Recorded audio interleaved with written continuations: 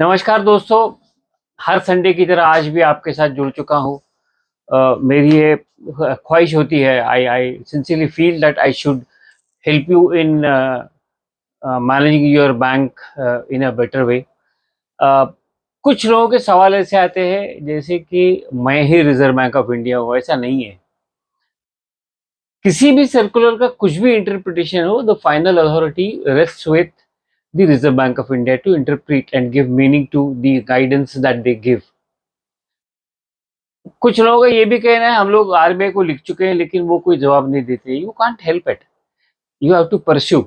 और अभी पिछले 2-3 साल से जो एक सिस्टम चल रहा है उसमें एक सबसे बढ़िया सिस्टम ऐसा है कि सीनियर सुपरवाइजरी मैनेजर हर बड़े बैंकों के लिए उन्होंने नियुक्त किया है। तो make use of this mechanism of senior supervisory manager and raise your issues with them very effectively for the simple reason that the issues that you face cannot be advised by any chartered accountant or any lawyer. What I try to do is that I try to give you a perspective so that the chances of errors are eliminated. Uh, Today, I'll be talking about one of the most significant and a game changing circular issued by Reserve Bank of India in August 2024. You know that in 2024, I was not in a position to give any input on various regulatory and other guidelines, but this now I have started. So I'm going to touch upon this critical circular, which all of you must understand. And after understanding, if need be, you can talk to your SSM or Reserve Bank of India, whichever regional office you are attached to, and seek a clarification in addition to what I am trying to tell you. Let me tell you, this circular or the topic is very complex. There are tax implications and there are other matters as well.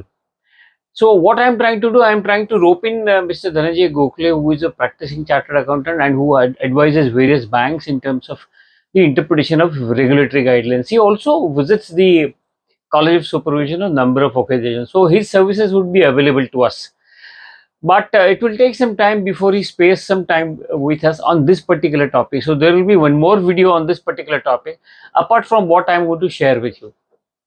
This circular is in respect of prudential treatment of bad and doubtful debt reserve by cooperative banks. This was issued in on 2nd of August 2024. uh, we all know that we all do a prudential banking, in the sense that if the profit permits, we would like to ensure that we create separate pockets of reserve. हम लोग अलग अलग तरह के reserve बनाते हैं। वजह यह है कि हमारी बैंक अच्छी रहे और जो भी हम रिजर्व बनाएंगे वो हम लोग टायर वन कैपिटल में पकड़ सके। So over a period of time, there are two things which have happened. One is in 2008, Reserve Bank of India came out with a circular wherein it stated that all the urban cooperative banks must follow all the accounting standards which are applicable to them. This is one point. It is the duty has been cast upon the statutory auditors of the bank whether the bank complies with all the accounting standards or not, and they have to either qualify or disqualify whatever their observation about the compliance to the accounting standards is. It is another story that the accounting standards would now be reviewed by a separate independent agency, NAFRA, the National Financial Reporting Authority. So whenever that happens, we'll see how these accounting standards are modified or changed, because gradually global standards would be made applicable. Coming to our topic, which says that the prudential guidelines to the bad and doubtful debts reserve which the banks create. You all know that as a prudent banker, what we try to do, we uh, rather prior to the amendment to the Banking Regulation Act, the concept of below the line and above the line in accounting standards was not much known to us. It was only the multi-state cooperative banks which were using the idea of above the line and below the line.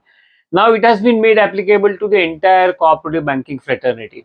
With this, you have to understand what is above the line and what is below the line. उसमें एक basic principle आपको याद रखना है। What is that basic principle? Institute और reserve Bank of India ये कहती है कि आप जो profit and loss account compute करते हो, the profit and loss which you arrive at, should be arrived after making provision for all the losses and expenses. अगर आप किसी लॉस या एक्सपेंसेस की प्रोविजन आपके पी एंड एल में नहीं करते हो तो आप पी एंड एल छुपाते हो। बैंक्स क्या करती थी, आपको याद है, नेट एनपीए का 3% का रेशो आपको मेंटेन करना था पिछले कई सालों से। आपको मेंबर्स के लिए प्रॉफिट भी दिखाना पड़ता था, तो आप लोग क्या करते थे, जो bad and doubtful debt reserve जो है उसमें से कुछ क्वांटम आप पी एंड एल अप्रोप्रिएशन से करते थे। अब P and L appropriation account आप जानते हैं, एक प्रॉफिट एंड लॉस अकाउंट होता है और एक प्रॉफिट के अप्रोप्रिएशन का अकाउंट होता है। तो जो items P and L account में आते हैं उसको ये कहा जाता है कि ये अबव द लाइन है, यानी आपका प्रॉफिट आने के पहले जो भी एक्सपेंसेस है उसको अबव द लाइन कहते हैं।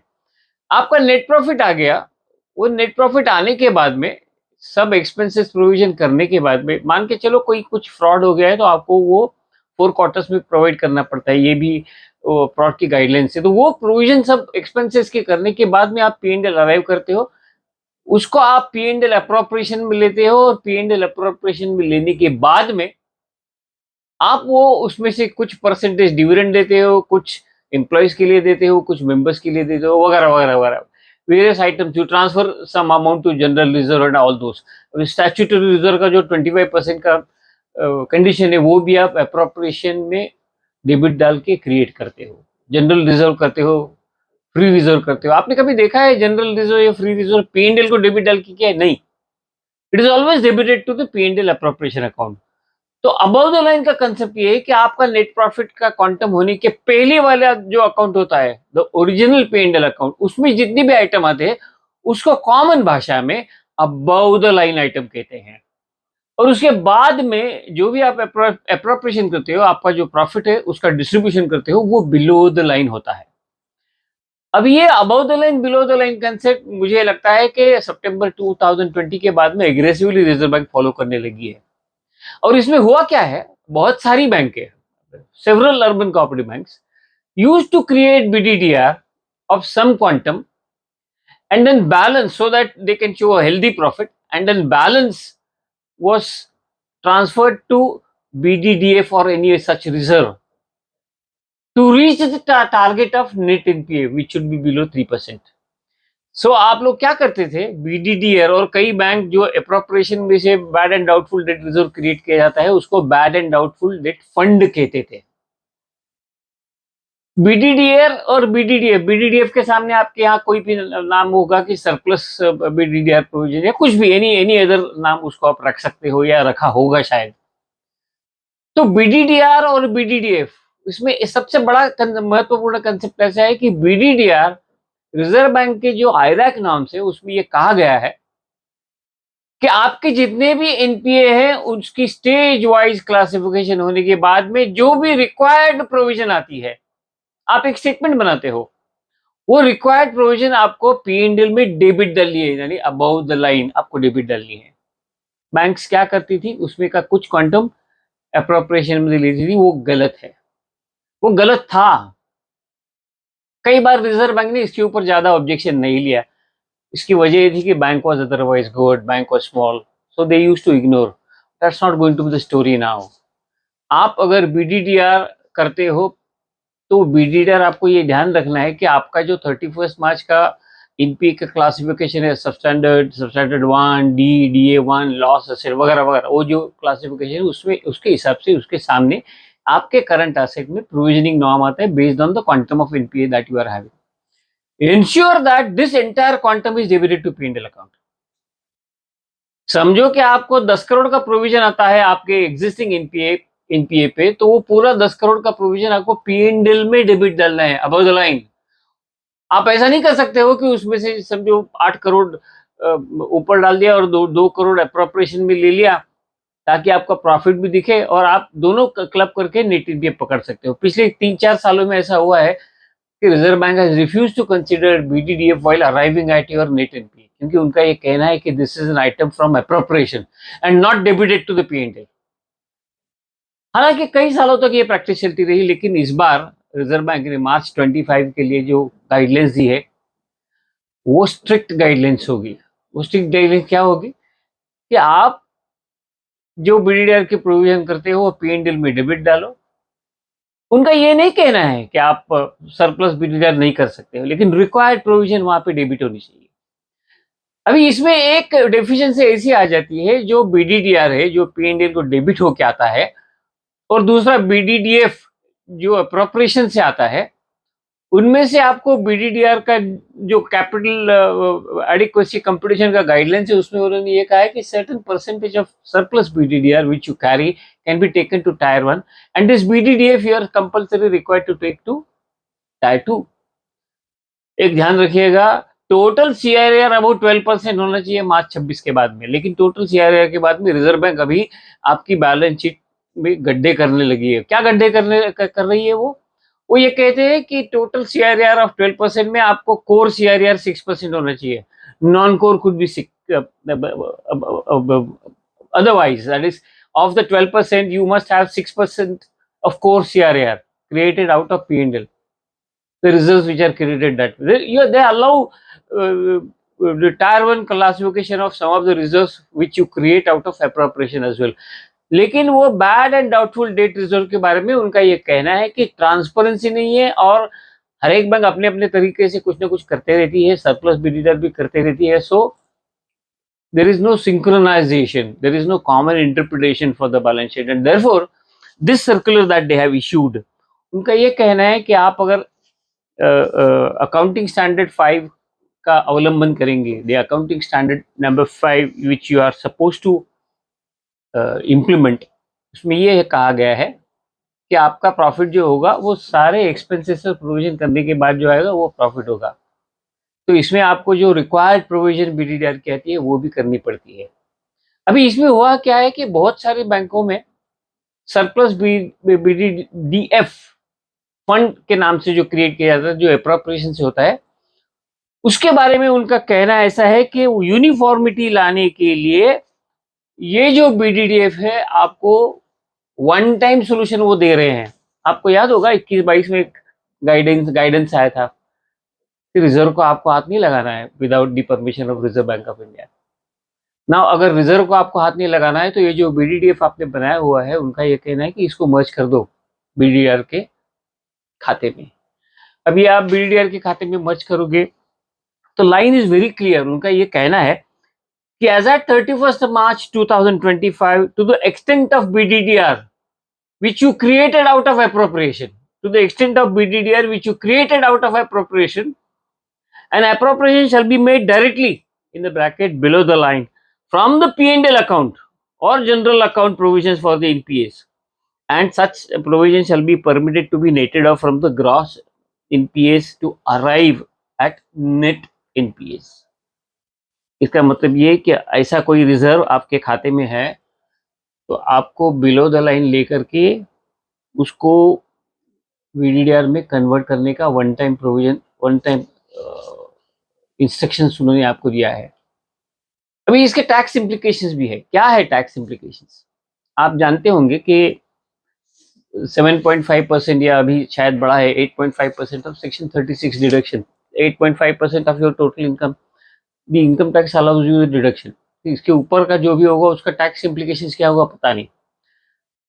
हम लोग टैक्स इम्प्लीकेशंस के बारे में अलग वीडियो बनाएंगे जिसमें धनंजय गोखले हमारे साथ ज्वाइन करेंगे, तो इसकी एक्स्ट्रा क्लैरिटी आपके पास आने लगेगी। अभी इसमें भी एक ब्यूटीफुल चीज उन्होंने कही है, वो ये कही है कि कई स्टेट लॉज में ऐसा कहा गया है कि आप सरप्लस बीडीडीआर करो, डाउटफुल उसका नाम क्या होगा वो अपने अपने बैंक से आप डिसाइड कर सकते हो, नेम इज नॉट सिग्निफिकेंट, लेकिन अप्रोप्रिएशन से आप अगर बैड और डाउटफुल डेट के लिए कोई फंड क्रिएट करते हो तो वो कर सकते हो।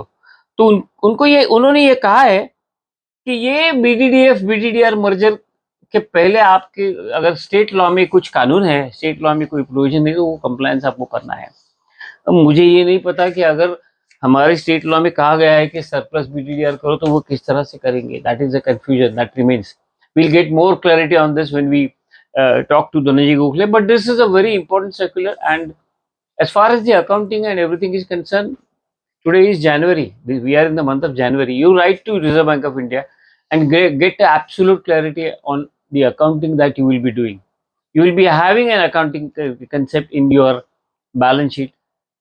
Have absolute approval from the Reserve Bank of India, because in terms of the basic guidelines of Reserve Bank of India, they're saying that you cannot touch any reserve without our prior approval. आपको कोई confusion है या फिर आप 8.5% में ये पकड़ा जाएगा नहीं पकड़ा जाएगा, मुझे नहीं मालूम. We will talk to Dhananjay Gokhale and we'll get more clarity on this. But this is a very significant and important circular.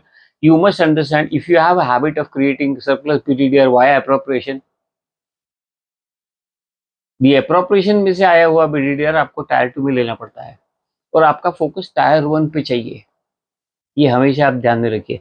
तो ये प्रूडेंशियल ट्रीटमेंट रिजर्व बैंक ने प्रिस्क्राइब की है. मुझे मालूम है मैंने बहुत से लोगों को ये वीडियो बना के कंफ्यूज कर दिया है. Wait, we'll have further clarity on this subject. I know this particular circular is not that simple to implement, क्योंकि इसके बहुत सारे implications है. कई लोगों का ये कहना है कि जो BDDF आपने बनाया है, अगर आपको टायर 1 में लेना है तो एंटायर BDDF जो सरप्लस BDDR आपने बनाया है वो आपको P&L को चार्ज करना पड़ेगा, उसके बाद ही आप उसको टायर 1 में ले सकते हैं. यानी आपका जो प्रॉफिट होगा वो कम हो जाएगा. फिर नीचे जो पड़ा हुआ BDDF होगा उसको आपको ट्रांसफर करते हैं एप्रोप्रिएशन में, प्रॉफिट को क्रिएट कर देना है. It is complex, it is not as simple as it sounds. मतलब एक ही है कि आपके मार्च का जो रिजल्ट आने वाला है उसके ऊपर इन अकाउंटिंग एंट्रीज का बहुत सारा प्रभाव होने पर. अगर बैंक कोई ऐसे इस तरह का सरप्लस BDDF नहीं क्रिएट किया है, कोई चिंता की बात नहीं. उनके लिए ये सर्कुलर पढ़ने की भी जरूरत नहीं है, because they only have one BDDR which is charge to P&L and not to the appropriation account. As a urban cooperative banker आपको ये हमेशा अभी ध्यान रखना पड़ेगा, अबव द लाइन क्या है, बिलो द लाइन क्या है. अबव द लाइन का कंसेप्ट आपको पक्का दिमाग में रखना पड़ेगा. ये जो अबव द लाइन कंसेप्ट और बिलो द लाइन कंसेप्ट है, इसमें क्या क्या डेबिट हो सकता है, क्या क्या नहीं हो सकता है, मैंने आपको ये बता दिया. So let's wait for Dhananjay Gokhale to join on this subject. मैं थोड़ा सा कुछ आत्माओं को शांत करने की कोशिश इस वीडियो द्वारा कर रहा हूँ. मुझे मालूम है आपको मैं जो आपको आपके साथ विचार साझा करता हूँ वो अच्छे लगते हैं. मेरी आपसे ये रिक्वेस्ट रहेगी कि you raise the question on the email that I provide. Raise the question. और हमेशा याद रखिएगा, I am not the Reserve Bank of India, I just try to give you the perspective. मैं आपको एक विचार देता हूँ, एक सोच देता हूँ. वजह क्या है कि अगर कोई बड़ा एक्सीडेंट आपके बैलेंस शीट में होने वाला है तो उसको आप टाल सके. forewarned is forearmed is what the proverb is. तो मुझे लगता है कि आप इस सब्जेक्ट पे पुनः सोचेंगे और इस पे कुछ सवाल हो तो सवाल खड़े कीजिएगा. जरूरत पड़े तो रिजर्व बैंक को लिखिएगा, आपके SSM से बात कीजिएगा. लेकिन बी अ कंप्लायंट बैंक. आपकी जो रेगुलेटरी गाइडलाइंस है उसका कंप्लायंस आपको करना बहुत अनिवार्य है, करना बहुत जरूरी है. Thank you for watching. If you like the video, please share it amongst the cooperative banking fraternity. Share everywhere, because that's how you get more views, more ideas, more vision. And when your mind is open, you are in a better position to interact, think, and act. Thank you so much for watching.